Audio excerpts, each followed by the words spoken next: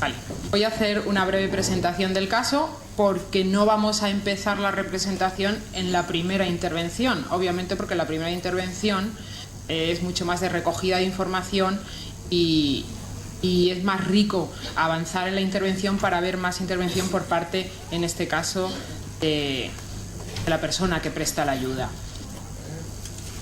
Se trata de un duelo, como he dicho ya, por suicidio del marido, en este caso, Estela, te vas a llamar muy bien. Bueno, pues el marido de Estela se suicidó hace 3 meses. Él lo hizo de la siguiente manera: trabajaba en un despacho muy próximo a la vivienda familiar, y le escribió un mensaje justo antes de morir en que le informaba de lo que le iba a hacer y le hablaba a su mujer de una carta que había metido en un cajón escrita por él.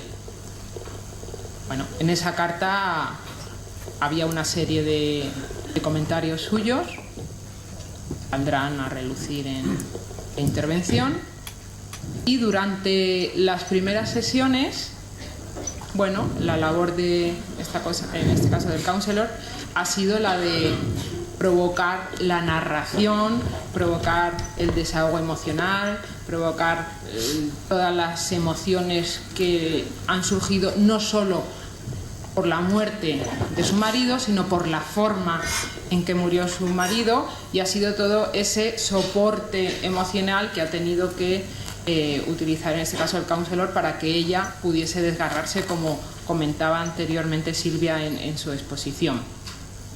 Y a partir de ese momento es cuando iniciamos. Ella es madre de 2 hijos, uno de 7 años y otro de 9. A partir de ese momento iniciamos la intervención. Vale. Hola Estela, ¿qué tal? ¿Cómo te ha ido esta semana? Bueno, me sigue costando dormir bastante. Me despierto sobresaltada, muy inquieta, y me cuesta volver a conciliar el sueño y bueno, descanso muy poco. Y bueno, y me cuesta salir de casa realmente. Ya. Es para mí difícil encontrarme con ciertas personas, vecinos y conocidos. No tengo ganas de ver realmente a nadie. Me cuesta también incluso ver a mi familia. Ya. Estoy un poquito con necesidad de estar un poco sola, pero difícil, porque... ¿Y cómo es eso de que te cuesta estar con la familia, que no te apetezca llegar a compartir un rato con ellos? ¿Hay alguna cosa que te preocupa especialmente con ellos? No tengo ganas de hablar de lo que ha pasado, y inevitablemente con la mirada muchas veces me están haciendo preguntas, o yo siento que buscan respuestas y no lo pueden evitar. Están un poco observándome y queriendo saber, y yo no quiero hablar, quiero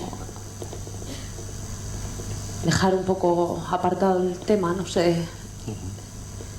Me cuesta mucho trabajo enfrentarme todavía a lo sucedido. Puede ser que haya realmente la dificultad en la elaboración que tú tienes que hacer para poder transmitirlo a los demás. Tú encuentras paz con el relato que hemos estado haciendo en días anteriores. No soy capaz de darle sentido a a nada de lo que ha sucedido realmente. No entiendo nada, no consigo encontrar ninguna explicación que me ayude a seguir adelante.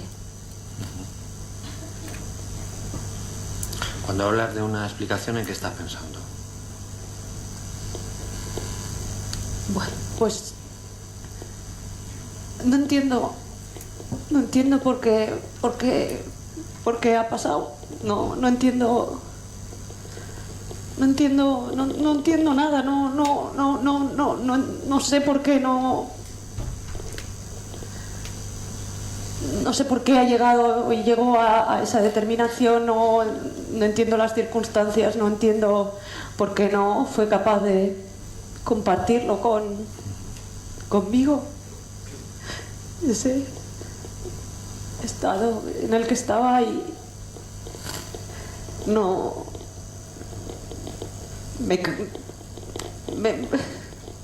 me produce mucha rabia. ¿Rabia contra quién o contra qué? Contra Antonio. Es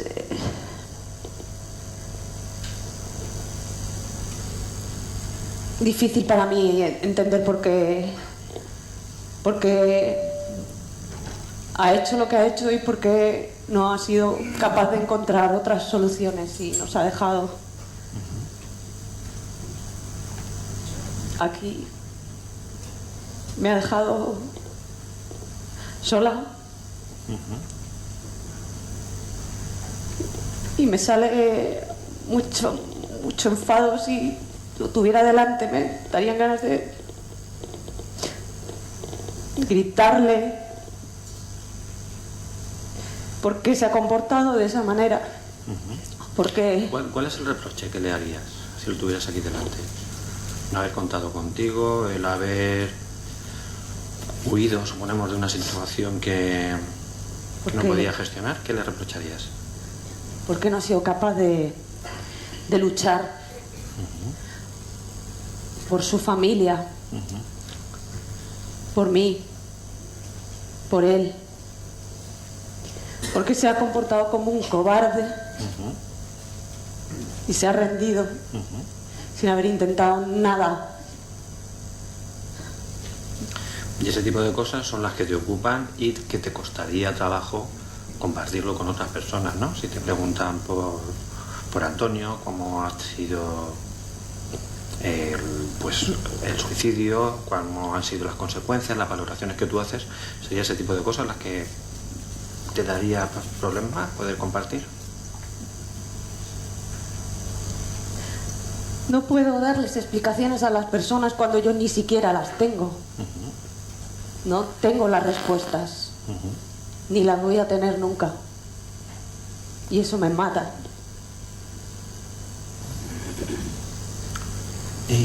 Vamos a pensar por un momento intentar ver la muerte de Antonio, el que terminase con su vida de una forma quizás más amable, concediendo el beneficio de la duda. ¿Cómo crees que estaba él cuando llega el momento de tomar esa decisión? Porque sabíamos que no había unos antecedentes, ¿no? No hay unos antecedentes en los que haya estado él con una medicación, no ha habido un diagnóstico, no ha habido un problema especial que tú conocieras. ¿De dónde crees que podría partir la necesidad de Antonio de acabar con su vida?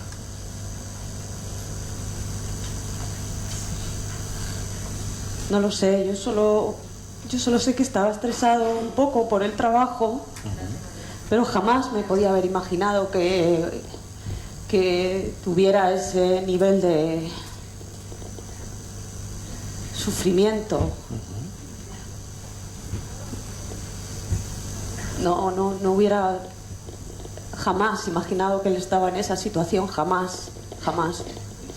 Y por lo que hablas de lo que esperabas que él luchase, por ti, que compartiera contigo, sería una situación que no entra dentro de lo que fueron sus circunstancias normales en otros momentos de la vida. Podemos pensar que llegó a un nivel de sufrimiento con el que quizás no podía luchar o maniobrar. ¿Pero por qué no fue capaz antes de pedir ayuda? ¿Por qué no fue capaz antes de pedir ayuda? Yo no sabía nada. Estrés, preocupación por el trabajo, ya está. No tenía ningún dato. Si no hubiera podido ayudarle de alguna manera. Yo no pude ayudarle. Porque él no me dio esa oportunidad. Así es. No contó conmigo. No contó conmigo. Yo no sé si hubiera sido capaz de ayudarle, pero hubiera intentado, por lo menos.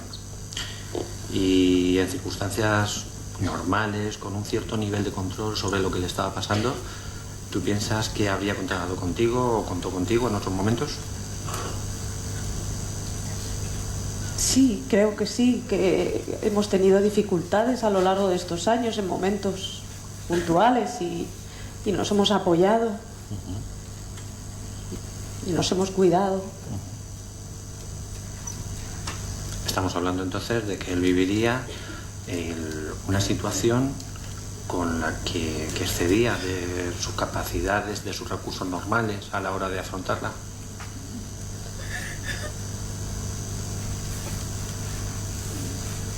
Sí, ni siquiera lo he intentado. Ni siquiera lo intentó. No hubo señales previas. No hubo señales previas. No sé lo que le llevó ahí. Si lo hubiera intentado y no hubiera conseguido los apoyos o lo que fuera, pero no lo ha intentado siquiera. Ya. No lo intentó. No lo entiendo. Ya. Has dicho antes, al principio, cuando empezábamos a hablar, has hablado de que una de las circunstancias que te hacían más difícil el convivir con la idea del suicidio de Antonio era que no lo entendías y que no lo ibas a poder entender. No creo que lo pueda llegar a entender nunca, realmente. ¿Qué supone para ti el no poder entenderlo nunca? Pues me siento impotente.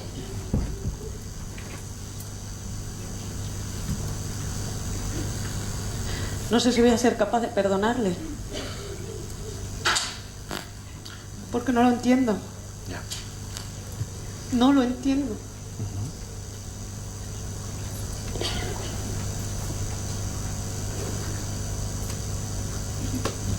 Si pensáramos en ese nivel de sufrimiento con el que él estaba conviviendo, ¿habría alguna circunstancia que te haría acercarte a esta situación de tolerar esa situación? No lo sé, la verdad.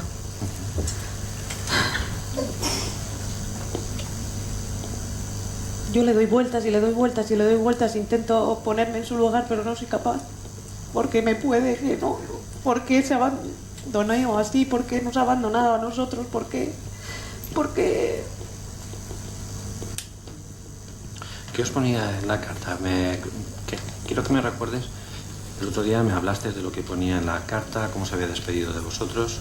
Háblame de los afectos y de la idea que tenía sobre vosotros y qué os decía en la carta.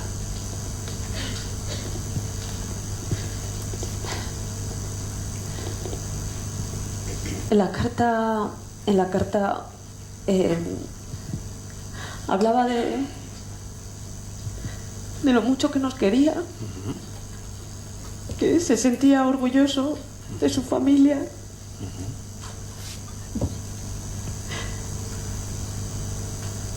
Que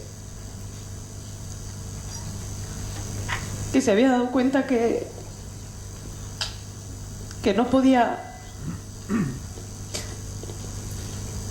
con la vida y que en cierta manera estaríamos mejor sin él.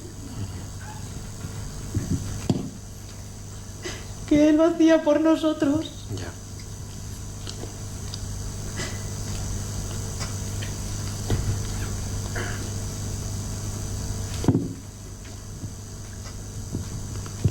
¿Y tú crees sinceramente que pensaba eso cuando escribió la carta?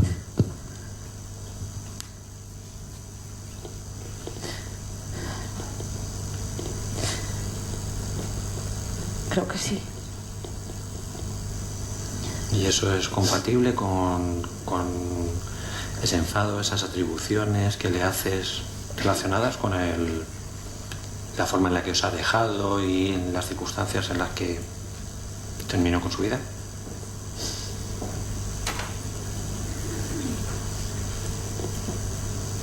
A ratos me alivia pensar en eso, pero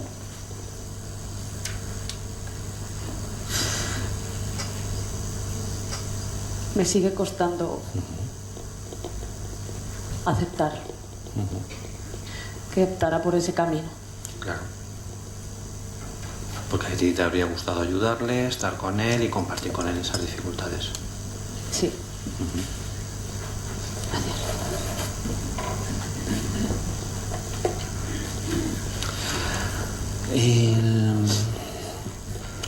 ¿Cómo sería, porque me has hablado de tu familia, están tus hijos también en este entorno familiar, ¿cómo sería la forma de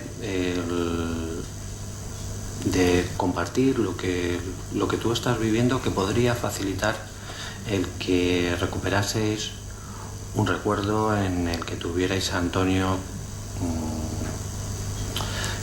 tal como era, cuando no estaba afectado por tanto sufrimiento? ¿Cómo podrías compartirlo, por ejemplo, con tus hijos?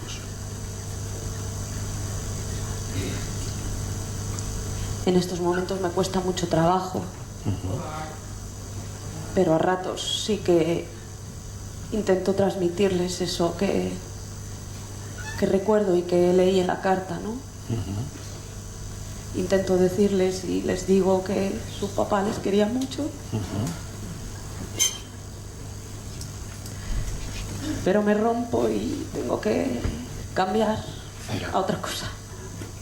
¿Ha llegado el momento en el que les has hablado abiertamente del suicidio como forma de muerte? No me siento capaz. No me siento capaz. No sé qué decirles. No sé si lo llegarán a entender. No sé qué hacerles para que no les duela.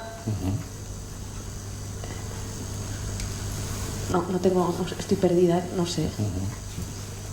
Solo llego a decirles que su papá les quería mucho y ya está. No soy capaz de hablar abiertamente de lo que ha pasado. Ya.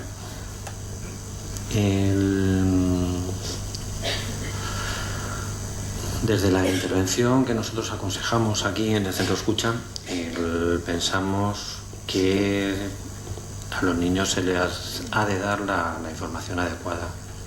He pensado en la posibilidad, por ejemplo, de que les llegue información por otro lado, en el que hablen del suicidio de su padre, las consecuencias que podría tener para ellos, el que llegue de forma adulterada. Eso me preocupa, sí. Eso es una razón. Quizás la razón más importante no sería esa, sería un efecto casi perverso de la influencia que pudiéramos tener alrededor, pero el trabajo realmente implica la necesidad de que tengan una información real y adaptada. Yo no me siento capaz para hacer eso. Vamos a pensar, en cuanto a eso que dices que no te sientes capaz, que podríamos contar con otras personas de tu entorno que te apoyaran. En este momento es un momento todavía complicado para ti, es un momento difícil, todavía sigue pesando mucho esa parte de incomprensión, esa parte de rabia, has dicho, que está ahí, y bueno, es parte de un proceso que tenemos que vivir y al que tenemos que ir dando salida. Está ahí. Hay otra parte que implica responsabilidades que tú ya tienes como madre con el cuidado de tus hijos. Yo lo que te diría, un poco apartando de momento esta incapacidad que puedes sentir, que puede haber unos recursos de apoyo. puede haber unos recursos de apoyo que incorporemos a otras personas de tu entorno para poder hablar con ellos junto a ti, que sería la persona que al fin y al cabo tiene la responsabilidad, ¿no? ¿Seguimos pensando que eso es así? ¿Tú eres la madre, eres la responsable? ¿Sí? Sí. Vale. Tendríamos unos recursos de apoyo con los que podríamos contar, que ya posteriormente podemos establecerlo. Y es importante que de alguna manera manejemos unos principios básicos, que son la bondad de contárselo. Es bueno para que ellos elaboren el recuerdo de su padre en las mejores condiciones posibles, y la prevención de situaciones que se pueden dar cuando no contamos las cosas de forma adecuada, ¿vale?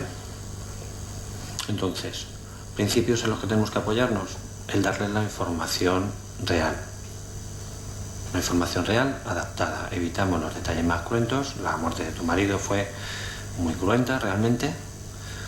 Eso no tenemos por qué hacerlo presente como protagonista de un relato, y tenemos que adaptarlo a sus necesidades, en un lenguaje que ellos entiendan, sabiendo pues que a tus hijos, por su momento evolutivo, va a haber cosas que les va a costar entender y que tendremos que buscar la fórmula para poder acceder a ellos.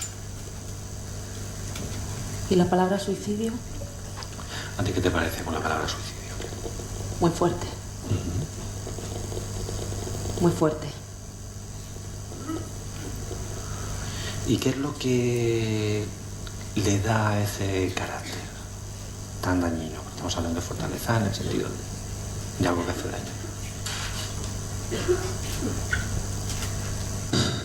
Yo no sé, pero el suicidarse es algo, no, es... Algunas personas piensan que es incluso hasta pecado, ¿no? ¿Hay quien lo piensa? Yo no lo tengo claro, pero... Ya. Pero desde luego no me va a parecer una salida...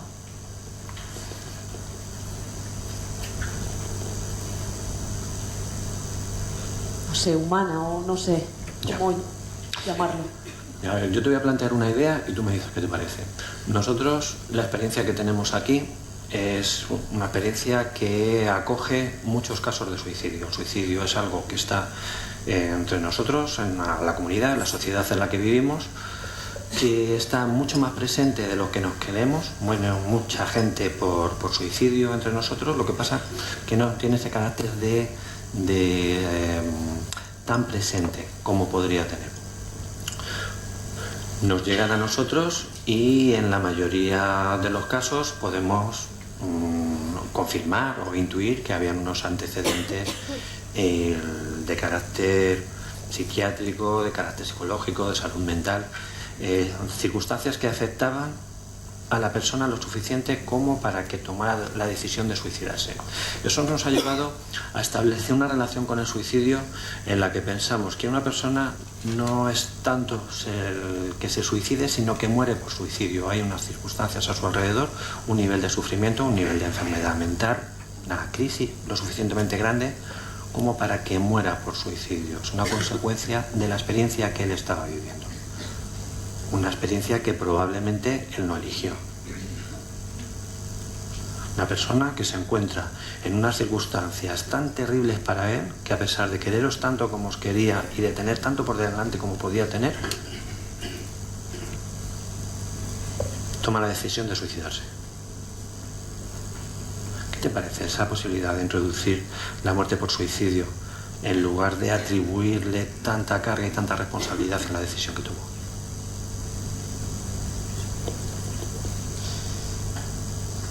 Me da mucha pena. Claro.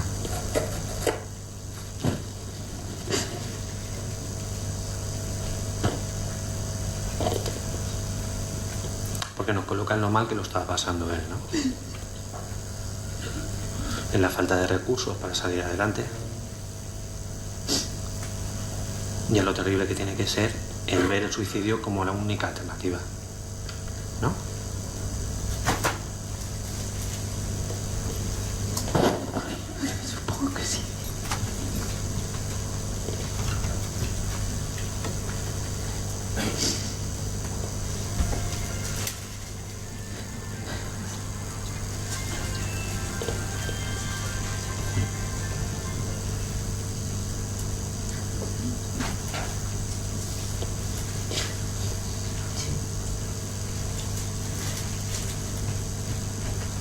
cabe esa posibilidad entonces de iniciar un trabajo en el que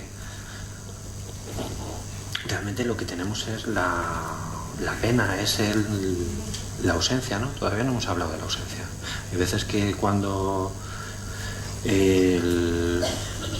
tras una pérdida tan terrible, cuando aparece la rabia, cuando aparece la necesidad de culpar, de buscar una explicación, lo que ocurre es que eso nos escapa la pena. Realmente el sentimiento que está asociado a una pérdida y que nos puede hacer crecer y recuperarnos es esa pena, esa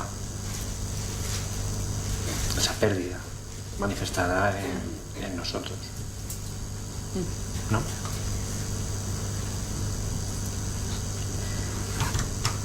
Me duele mucho más la pena.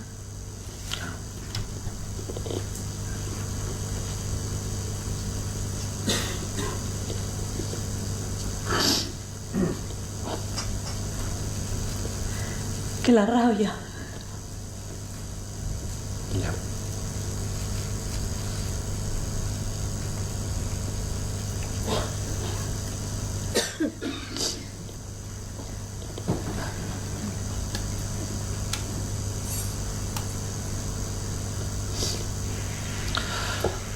Volvemos, si te parece, al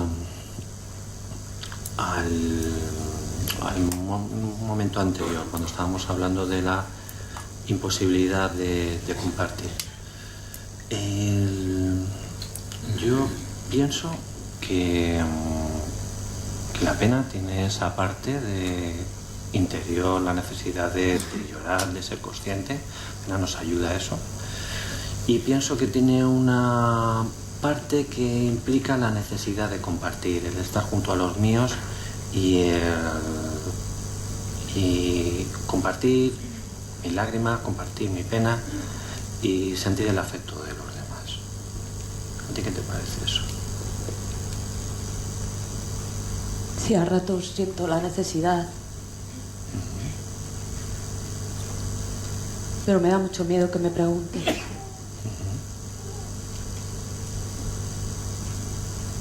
Me da mucho miedo. No sé qué decir. Ya. Hay muchas cosas que ni siquiera tú entiendes. No puedes decir. ¿No?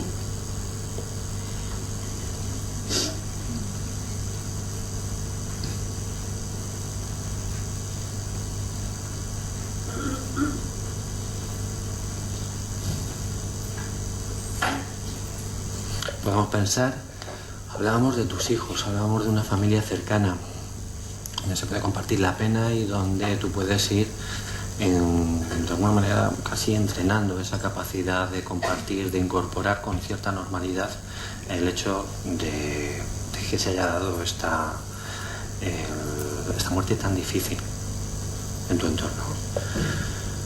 Volviendo, si te parece, al tema de los niños, me preocupa de verdad, porque pienso que para ellos puede ser bueno el hablar, contarles las cosas y compartir, de alguna manera incluso también el recibir información. Hay veces que los niños generan su propia, a partir de la información que van tomando de un sitio y de otro, generan su propia interpretación de la realidad, a veces con elementos fantásticos, elementos mágicos que incorporan explicaciones que luego es muy difícil desactivar. Incluso algunas de ellas son explicaciones o creencias que tienen que ver con sus propios miedos. El miedo a haber sido culpables de no haber hecho feliz la vida a su padre, el miedo a que algo que no podía pasar de repente pasa y podría haber otro suicidio más. Si se suicida a su padre, ¿por qué no se va a suicidar su madre? Hay determinados miedos que aparecen ahí, que aparecen en los niños con una cierta frecuencia y solo hay una forma de acceder a ello. ¿Cuál sería la forma de acceder a ello? Sí, hablar con ellos, pero... Hablar con ellos, yo no puedo. Compartir. Si alguien me ayuda, a lo mejor Sí, pero sola no me veo capaz. Pero antes de eso me gustaría el que compartiéramos al menos estas ideas. Vale. ¿Cómo lo ves? ¿Te parece algo lo suficientemente importante como para hacer un esfuerzo? Sí. ¿Sí? ¿Ellos quieren saber? Vale, pues entonces lo que vamos a hacer ahora a continuación va a ser, vamos a revisar qué personas de tu familia pueden servir de referencia para tus hijos, que tengan la suficiente confianza, alguien que esté lo suficientemente cerca de ti como para que tú puedas compartir ese momento y veríamos la forma de hacerlo, en qué circunstancias se hace, el espacio para facilitar este proceso. ¿Te parece? No tengo claro qué persona podría ser. Quizá necesitaría esa persona, a lo mejor que tú le guiaras también, o alguien. Podemos hacerlo de la forma que tú quieras. Nosotros pensamos que lo mejor es que haya una persona que sea muy cercana, que pueda estar. En algún caso, pues se puede utilizar una figura, un mediador que contigo, sin quitarte a ti el protagonismo y la responsabilidad, comparta el momento de dar la noticia y de dar las explicaciones suficientes. Lo podemos hacer y lo vamos a buscar y lo encontramos. Vale. ¿Te parece? Venga, pues de momento vamos a cerrar. Nos queda todavía mucho por trabajar, pero bueno, mientras mantengamos esta línea de trabajo, vayamos avanzando, yo creo que vamos a ir dando pasos muy importantes. Yo creo que he visto en ti cambios en estas sesiones que hemos tenido importantes. Me parece que estás pensando cada vez más las cosas, siendo capaz de controlar, de dar una organización a lo que tienes dentro de ti, y yo creo que estamos en una buena línea, ¿vale? Venga, Estela, pues ahora nos vemos.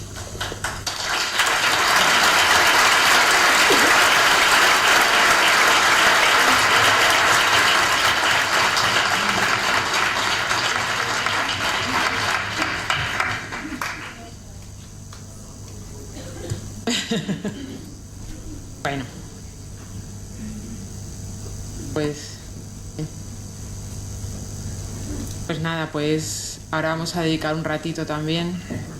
Si tenéis preguntas, nosotros también podemos comentar un poco sobre esta intervención, pero queremos dar prioridad a vuestras preguntas, incluso valoraciones de lo visto. Cualquier tipo de intervención será buena.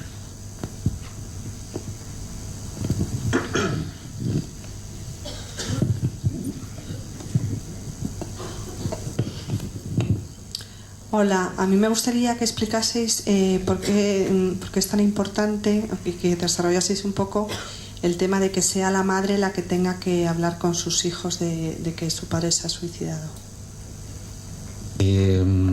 Yo conozco un caso de una psicóloga que fue a un funeral, al funeral de un señor. Iba toda la familia, claro, había una viuda, había unos hijos menores, y la psicóloga tenía la función de acompañar a sus hijos durante el funeral, porque la madre no estaba en condiciones. A mí eso me parece una aberración. Me parece que hay una relación familiar que favorece la integración de los hechos, favorece el que los hijos sigan viendo como referencia a la madre en su proceso afectivo. Es ella la que les tiene que dar consuelo, es ella la que les va a dar soporte, y los hijos tienen derecho a ver llorar a su madre, compartir sus lágrimas. Derecho, porque eso es parte de la construcción que van a hacer. Y es por eso. O sea, situaciones límite, situaciones muy especiales, habrá que buscarle soluciones también especiales. Pero en principio, siempre que la madre esté con unos mínimos, y los mínimos son que se pueda levantar de la cama, que sea capaz de articular palabras y que sea capaz de manejar un pensamiento consciente.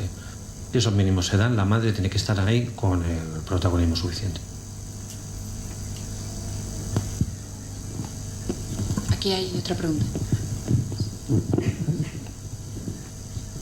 Bueno, yo no sé si es pregunta, pero quería fortalecer eso que habéis dicho sobre la prevención. La prevención de cosas que se pueden dar, de cosas que se pueden dar cuando no contamos los hechos de forma adecuada. Entonces, a veces nos aguantamos de ir ocultando cosas, pero sin embargo con nuestros gestos nos hablamos, pero no somos capaces de llegar a dialogar. Y creo que eso lo habéis dicho y es muy importante para la prevención.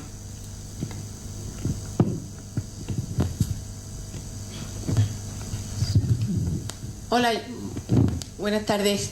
Yo quisiera como afirmar o aportar de nuevo empoderar una idea que tengo, tanto como profesional como persona que he sobrevivido a situaciones traumáticas de suicidio, ¿no? Y quiero decir que como premisa básica yo creo que lo importante es normalizar la palabra suicidio como un tipo de muerte. Cuando entendemos que es un tipo de muerte, más, igual que hay enfermos, que es la lacra que tenemos del siglo XXI, es el cáncer, pues lo hablamos y lo normalizamos. Y eso es lo más importante, porque el estigma social es lo que nos marca, y hay muchas personas, por ejemplo, enfermos terminales, que quieren acabar con su vida porque saben el final que tienen y no lo hacen por el estigma, por la lacra social, por lo que dejan de peso emocional al resto de su familia. Pero es muy respetable, porque como no tenemos la eutanasia en esta sociedad, pues hay muchos enfermos que están deseando acabar con su vida y no pueden hablar de ello porque la familia y el resto de personas y de sociedad no lo entiende. Entonces, cuando normalizamos y hablamos como un tipo de muerte, no estoy a favor, a la prevención es importantísimo, y para ello aporto también otra idea. Desde los servicios sanitarios, que afortunadamente al conocer los recursos, como son los centros de escucha y tal, derivan, pero sí medicalizan, y ya se ha hablado anteriormente, medicalizan el dolor, el duelo, y hay muchos, y diagnostican, por supuesto.